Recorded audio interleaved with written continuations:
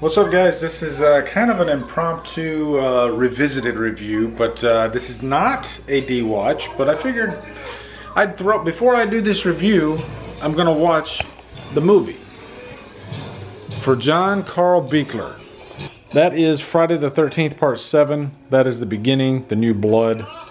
And yeah, I just wanted to, I don't know, I just felt the need to turn the camera on. You know, it's always sad when we lose a horror brother.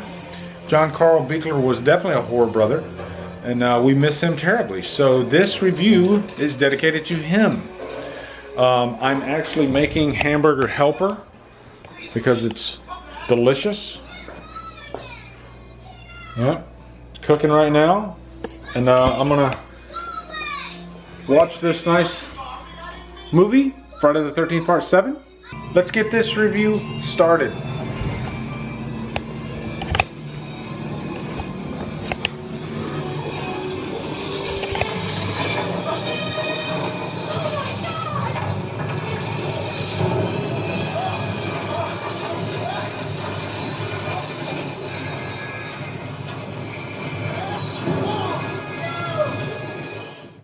John Carl Buechler, this one's for you.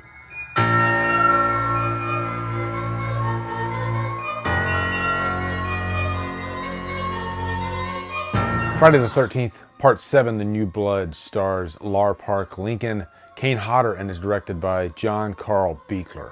What's up, guys? Yesterday we lost a horror icon, John Carl Buechler. If you, like me, are just a massive horror fan, then you probably know the name John Carl Buechler. He had his footprint on so many properties, not just horror, all through the 70s, 80s, 90s, even 2000s.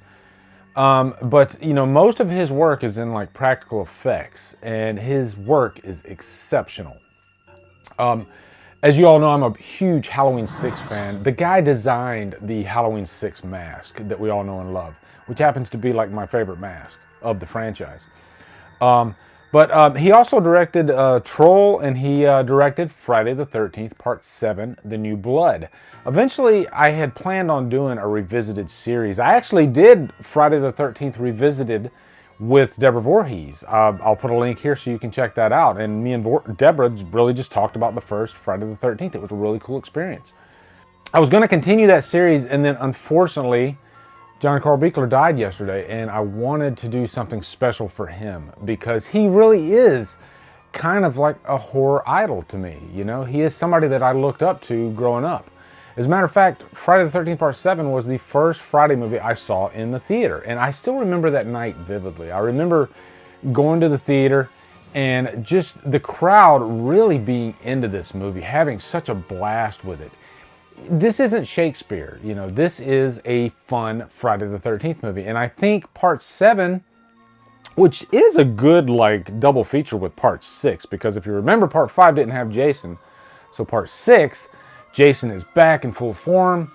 And then so to continue that fun, they had Part 7, and it picks up right where Part 6 left off. You know, Jason at the bottom of the lake, which is really an iconic image. But John Carl Buechler's footprint is all over this movie. You know, despite the constant problems he had behind the scenes, Buechler was the type of director that would push the boundaries as far as he could push them to get the movie that he wanted to make made. And there was quite a bit of resistance behind the scenes with one of the producers of the movie. And John Carl Buechler really kind of went over her head a few times, you know, just to make the movie he wanted to make. Creative decisions, you know, he wanted to put his footprint on this movie. Now, he can't win every battle, of course. We all know the lynching that the MPAA put on Friday the 13th Part 7. But it does still have some fun moments. You know, it's still a kick-ass Jason movie, and it dared try to introduce something new to the franchise, you know, with kind of like a Carrie versus Jason type of movie with Tina. So I'm really looking forward to jumping into this one again, actually. I had a great time talking about it the first time, but, you know, we're going to dig a little deeper this time, as you all know I do with my Revisited series. It pains me to have to be reviewing it under these circumstances because, like I said, John Carl Buechler will be terribly missed. Terribly missed. And, you know, I felt it amongst the horror community yesterday in, you know, on all social media, Twitter, YouTube, Facebook, Killer Flicks. We all talked, you know, we honored him. And there's so much to honor, man. Like you could honor him for weeks, months, years. The guy had a massive footprint in Hollywood, and he's one of those filmmakers that was kind of unsung for quite a while. You know, you'd always hear the big names like, you know, Wes Craven, John Carpenter, you know, the special effects guys like Tom Savini, Rick Baker.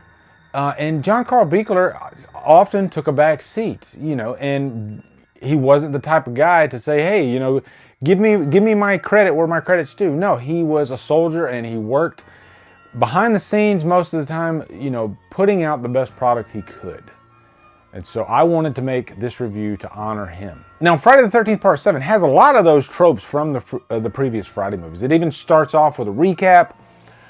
It's the same basic plot where you have a bunch of kids at this camp environment.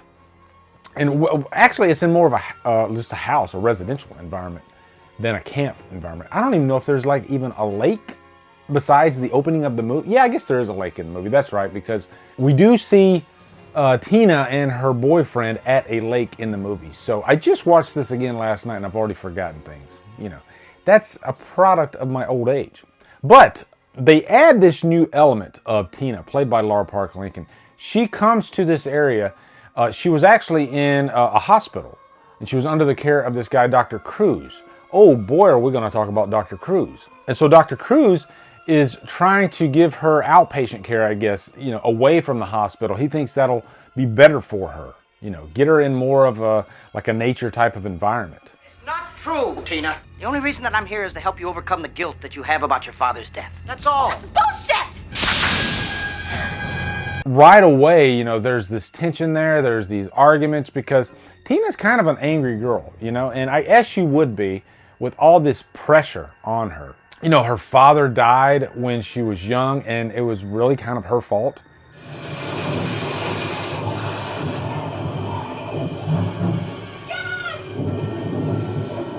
And this is a really cool scene right here. The resurrection of Jason. Look at that fog. That's beautiful. And so that's a lot to put on a young child, and especially a teenager.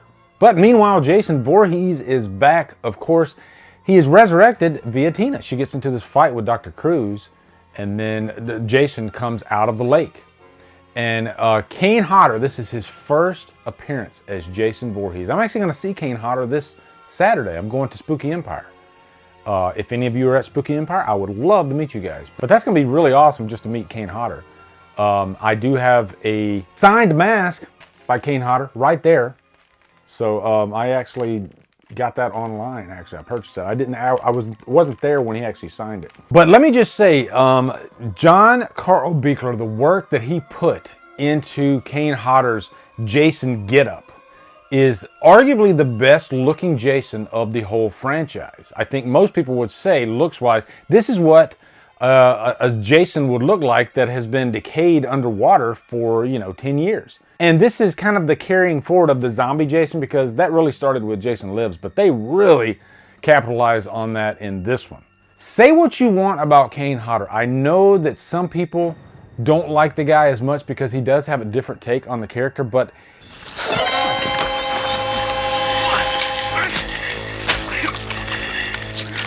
I think if Kane Hodder never did Jason outside of Part 7, I think he would have gotten a lot more praise. And he does get a lot of praise from a lot of fans. There are fans that love Kane Hodder the best out of all the Jason actors.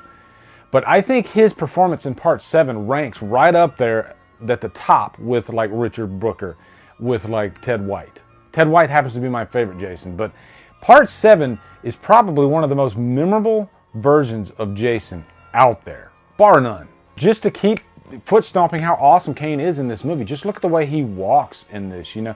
He just has this posture. You could tell that he was hungry for this role, and he wanted to give it, you know, its due. And I think if you look at that last act, people always say that what does Kane Hodder bring to the part? Yes, he breathes heavily. But you know what? There's more than breathing in that last act. The body movements are pretty intense. You know, you can tell that he is like genuinely angry with Tina in that last act of the movie. And, you know, Tina just keeps getting the best of him, And then he just, you know, he gets angrier at every turn. And it makes for a great final act. And one thing that John Carl Buechler wanted to do with Jason in this one is he wanted to go back at every previous Jason, and he wanted to put every scar, every cut, every burn, everything that was in the previous Jasons, you're gonna see it in this Jason. So for continuity's sake, it's pretty awesome too. Now, the characters in this movie, after watching this again last night, you know, a lot of times people say these are throwaway characters, and they are, but they're pretty damn memorable actually. I mean, you have every character archetype you can imagine in this. You know, you got like the stoner dude that the two girls are completely infatuated with. My favorite is Eddie, the nerd. You know, he's kind of like the sci-fi geek, and he has so many funny moments in this movie, especially like the star mummy. I know. Star mummy. But he's always like trying to come up with this like sci-fi script throughout the whole movie, and he's trying to like try it out on all the other, you know, they're all supposed to be there to get laid, but Eddie is just such a geek that he puts that in front of the women. Eventually, you know, he does get seduced, but he's just hilarious. The two girls that are like fighting over the one guy, that's pretty believable because you see that when you have like party environments.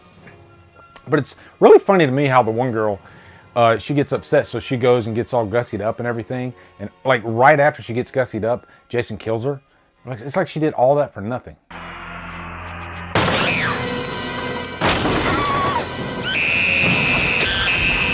Do you kids still say gussied up today?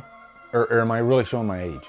Then you got the bitch, Melissa, played by Susan Jennifer Sullivan, rest in peace. She actually passed away of cancer as well, much like John Carl Buechler back in, I think, the 90s, early 2000s, something like that. You know, she did a really good job in this movie, actually, because you really kind of hated her throughout this, which you were supposed to. So I actually enjoyed her in this. And her kill is funny as hell. Don't go out there. Fuck you. No, fuck you both. Because you see an axe go into her head, and her head just kind of flails all over the place, and then she gets thrown behind this TV in the corner, and it's pretty funny. And then of course the sleeping bag kill. You know, the kills aren't the best in part 7, but boy do they make up for it with one of the best kills of the franchise, actually, the sleeping bag kill.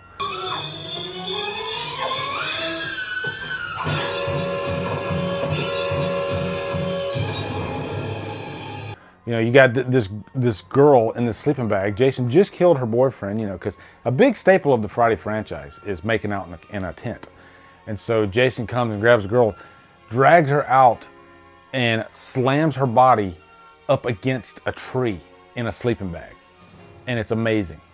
You know, I'm the Halloween guy, but even I can admit that Halloween has nothing on Friday in terms of kills. And then, of course, we have to talk about Tina, played by Lar Park Lincoln. I think Lar did a good job in this. I think she might have tried to oversell it a little bit, but boy, when they get to that final act, it's like no holds barred. It's pretty badass, actually. And I remember seeing this scene in the theater, and the whole crowd was just so into it. Everybody's freaking out. And it's intense as hell, you know, because it's a worthy opponent to Jason, you know, because he's always had these like just normal final girls. And then all of a sudden, let's give him an adversary that really can stand up to him, you know, that can easily, you know, best him. And she does for most of the fight, actually. And in that whole sequence, you got Jason getting electrocuted, you got Jason getting nails shot at his head, you got Jason getting burned, and especially the part where the mask comes off. The entire theater just completely lost their shit when that mask came off, because that's one of the fun parts about the Friday series is when Jason's mask comes off, his face always looks different. And in this one, he was really one ugly dude.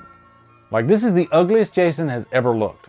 I'm gonna say that right now. Like, he's even uglier than zombies. Like, all zombies don't have nothing on Jason in terms of ugliness. And I will say, that last act is probably one of the best final acts out of the whole Friday the 13th franchise. If it wasn't for that last act, the movie wouldn't be nearly as good. as effective. But yeah, that more than made up for it. We didn't talk about Dr. Cruz. We have to talk about Dr. Cruz. This is the ultimate dickbag. This is the biggest asshole I've ever seen in a Friday movie. The guy that played him did such a fantastic job. He played in Weekend at Bernie's. And, you know, this is how you want to play a dick. You know, you want to make your audience hate you, but you still want to keep your audience interested in you. And that's what he does. And when he finally does die, when Jason has that, it's like a hybrid weed eater slash, I don't know what the hell. And I wish the death would have been a little bloodier, but we all know why that is. But it's still ultimately really satisfying watching somebody that you hate die. Now, as far as any cons, yeah, this doesn't have the best Friday the 13th characters in it. But I think it makes up for those characters in the inventiveness of it, in how badass Kane Hodder is as Jason. And in Tina. I think Tina's a great character in this movie. I think her mother's hairdo really brings the movie down a notch, though. So I'm going to give this movie a low purchase worthy. You know, just because of big nostalgic reasons for me. You know, my first Friday the 13th movie in the theater. I really enjoyed it, and it still holds up. Every time I watch it, I have a blast with it, warts and all. So post in the comments your thoughts on Friday the 13th, The New Blood. Looking forward to hearing them. Also, be sure to come over to Killer Flicks, where we talk horror all day and every day. And on Fridays, we do Free For All Fridays. Follow me at Drumdums on Facebook, Twitter, Instagram, and Letterboxd. I just passed 25,000 subscribers just today, this morning. Woke up to that. And I can't thank you guys enough, really. And I plan on doing like a Q&A and maybe some other surprises. Because, yeah, you guys are really awesome. And I'm loving what I'm doing. And, you know, 25,000 subscribers, that's just amazing to me. I still can't believe it. So, anyway, guys, thank you so much for watching. Have a great day, and Drumdum out.